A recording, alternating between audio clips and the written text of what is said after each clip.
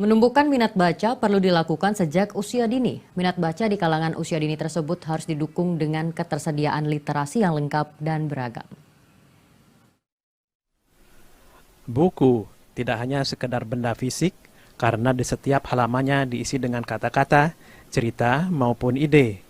Buku dapat menjadi pintu gerbang menuju pengetahuan yang luas dan petualangan yang tidak terhingga. Jika buku tersedia dan mudah diakses, maka pastinya tingkat literasi masyarakat juga akan meningkat. Hal ini yang mendasari bazar buku yang digelar di Kuta Badung. Tidak hanya menjadi surga literasi bagi penggemar buku dari segala usia, namun dari ribuan buku yang digelar, dinilai akan menumbuhkan minat baca serta dinilai dapat membentuk karakter bangsa yang lebih berwawasan, cerdas, dan bijaksana. Salah satu anggota pameran buku, Andri Suharyono, mengatakan, bazar buku diharapkan dapat menjadi baca buku sebagai gaya hidup seseorang. Buku yang dihadirkan sangat beragam, baik lokal, nasional, maupun internasional.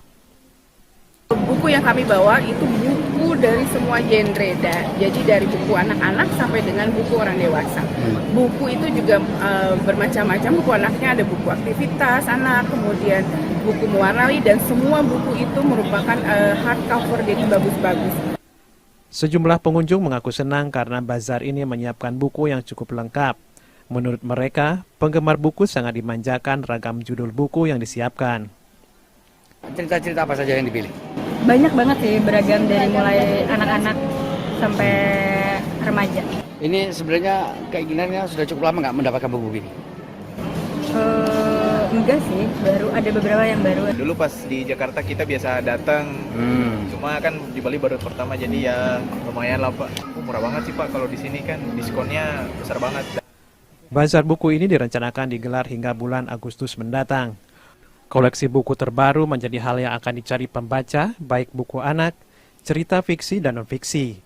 Selama bazar telah disiapkan 800.000 eksemplar buku. Haris dan Agus Slamet melaporkan.